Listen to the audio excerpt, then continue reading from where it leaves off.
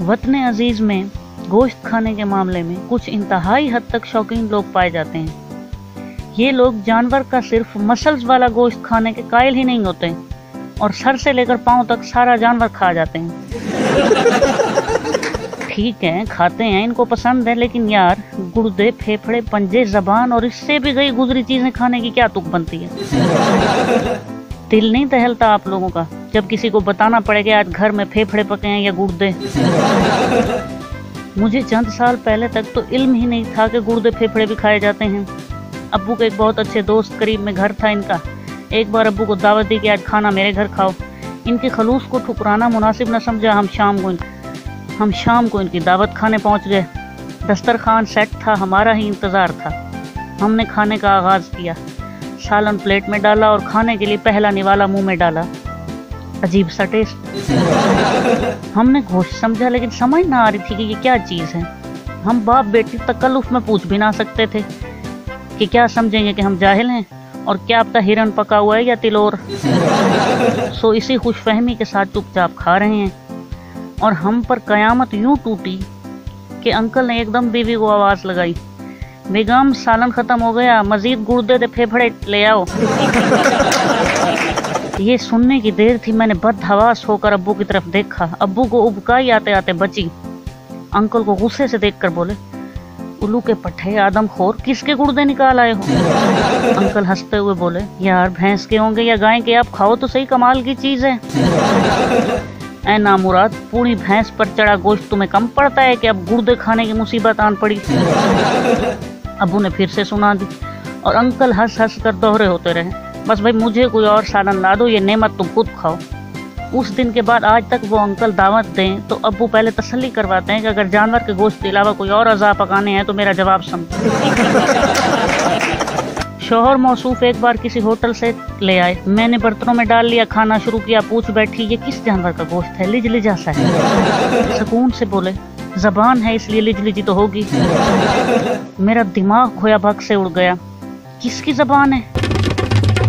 क्या पता भैंस या गाय। शौहर ना होते तो इनकी टांगे तोड़ने का दिल था, लेकिन मजबूरन सख्त से तासुरात और फट पड़ी।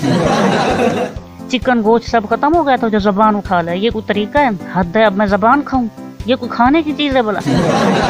इनके चेहरे पर जरा भी परेशानी का आसार ना आया, आराम से खाते रहे। मुझे मजीद ताव चढ़ा और आखिरी बार किया, खाम खा पैसे भर कर ले आए। अपने किसी रिश्तेदार की काट लाते, मैं आपको पका देती।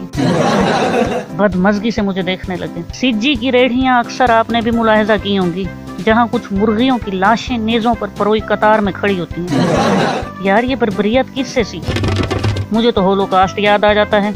हिटलर इंसानों के साथ भी ऐसी सफाकियत करता था जैसे इन्होंने मुर्गियों के साथ की होती है। मान लिया सिज्जी बड़ी मज़ेदार होती है, लेकिन कोई अंडरग्राउंड सिस्टम कर लो। यूँ इनको सरेआम फांसी लगाने की क्या ज़रूरत है? बर्बरियत से चीज़ों को पकाने के चंद और तरीके ये भी हैं। नंबर 1, क्वेटा में एक डिश बनती, सालिम बकरे या दुम्बे की खाल उतार कर इसके पेट को साफ किया जाएगा। पेट में मिसालों को भर कर फिर इसे सिया जाएगा और एक अंगारों से भरी कब्र में भर देंगे। मेरे ख्याल में फिर ये इसके इर्द गिर्द वहशी रक्स करते होंगे। खुदा जाने कितनी देर बाद इस जली हुई लाश को निकाल कर पेट खोलते हैं और मज़े से खाते हैं। हद है और क्या कहें। एक भाई ने बताया, अरब इलाकों में तो ऊँट भी इसी तरीके से पकाए जाते हैं। ऊँट तो काफ़ी बड़ा होता है। शुक्र है फिर ये सारे इलाके रेतीले होते हैं, वरना तो सारे अरब में खड्डे ही खड्डे होते। एक पश्तून इलाके की दोस्त हैं, इनसे मैंने इनकी मशहूर डिश पूछी। उन्होंने बताया दम पुख्त। ये नाम ही ऐसा खुदकश लगा मुझे कि मुझसे रेसिपी पूछने की जुर्रत ना हुई। पंजाबी भाई पवे या पावे नाम की कोई डिश बनाते हैं जिसमें जानवर का सर और पाँव डाल देते हैं। वो डिश सारी रात सिरी से लड़ती रहती है। आखिरकार सुबह एक वीरान खोपड़ी ऊपर तैर रही होती है। एक एक दांत गिन लो बेशक। अब पता नहीं इस खाली हुई खोपड़ी का मजीद भी कोई इस्तेमाल होता है या इसका काम खत्म, इसका मुझे पता नहीं। उर्दू स्पीकिंग भी किसी से पीछे क्यों रहें। ये चिकन मंचूरियन के नाम पर खून की होली खेलते हैं। इस सालन में केचप की मदद से गाढ़ा लाल शोरबा बनाया जाता है, फिर चिकन के टुकड़े डाल दिए जाते हैं। यूं महसूस होता है गोया खूनी तालाब में लाशें तैर रही। सिंध के और पंजाब के सहराई इलाकों में बटेर बड़े शौक से खाया जाता है। बटेर ने अपनी जान का बोझ भी बड़ी मुश्किल से उठाया होता है। मैं तो हैरान हूँ, पता नहीं किस तरह इतने से परिंदे की खाल उतारी जाती है। खाल के नीचे हड्डियों से भरा भूखा नंगा ढांचा बरामद होगा, जिसको पका कर खाएंगे या उबाल कर पी लेंगे, बस राजी हैं। ठीक है, मान लिया ये भी लजीज होगा, अच्छे तरीके से पकाया जाए, मिसाले जिस चीज में भी डाल दो बन तो कमाल ही जाती है। हम साग भी तो ऐसे ही खाते हैं, लेकिन खुदारा बर्बरियत से ना खाएं। सारा जानवर फर्ज नहीं किया गया कि हर सूरत खत्म करो।